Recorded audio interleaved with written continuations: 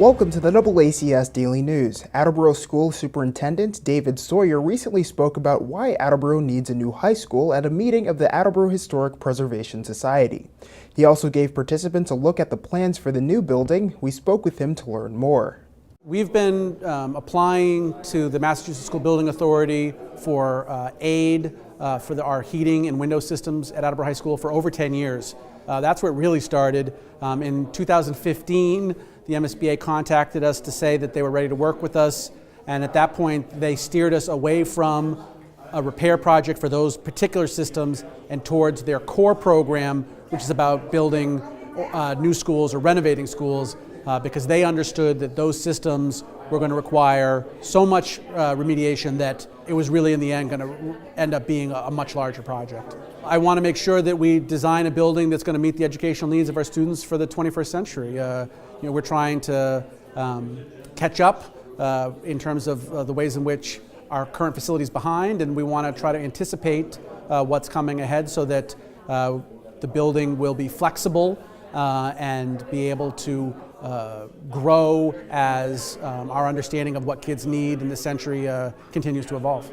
I'm very excited that in this process we've discovered that the outcome that's best for students, the one that's the least disruptive, is also the one that's most fiscally responsible for the community. So this is a win for everybody, and rarely in life does it work out that way. Usually there's a set of trade-offs you have to be choosing from, and it's been a real pleasure to find out that in this particular case, it's wins all around.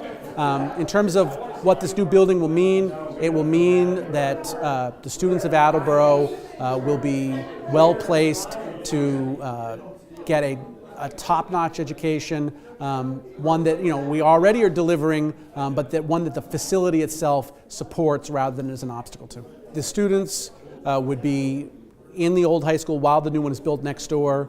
There'd be a minimal disruption. Really, it's just about the parking would be lost because that's where the building's being built, and some of the ball fields would be lost, so we'd have to have practices in other city fields and maybe have more away games. But other than those things, there really wouldn't be much of an impact during construction. And then when the project's done, they start school in the new building the next year, and they begin demolishing the old building. Well, certainly people want to understand what they're choosing and what the ramifications of those choices are.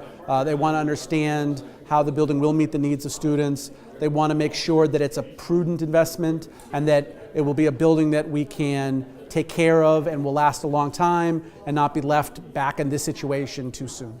It will require a debt exclusion vote hopefully in March. If this doesn't pass, we still face the same problems that started in this process, and at some point the systems will fail at Attleboro High School. Especially our heating system is the one that's closest to failure, and the community will be facing a pretty significant project to address that one way or the other.